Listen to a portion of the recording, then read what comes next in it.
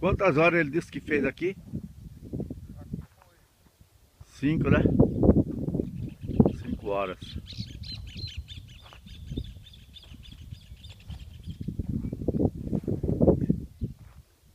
horas aqui. E aí ficou bom demais. 3h30 lá, no tanquinho. Foi isso mesmo. Aí não vai dizer que não torna, porque só Deus que vê que eu acho que ficou bom. Agora o tanto de água que tinha aqui, Foi.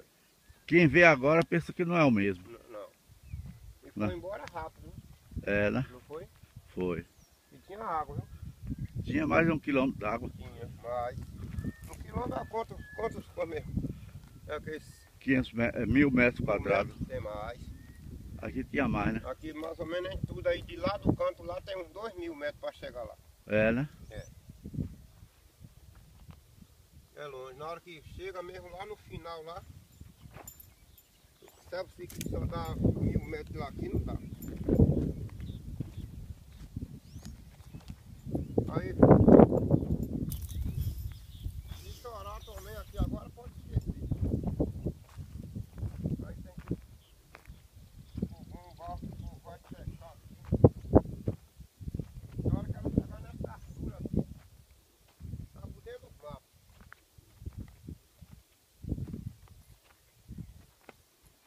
E aqui ficou mais ou menos uns 3 metros de altura. Ele não encheu mais na véia de novo.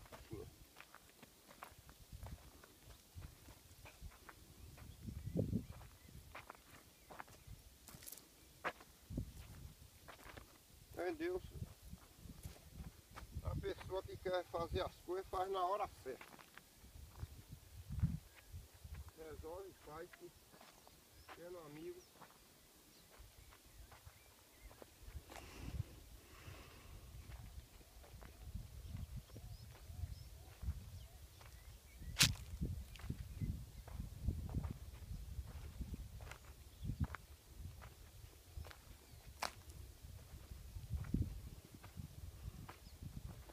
Eu quero ver essa aguinha aí com o gado chupar menos de 30 dias aí.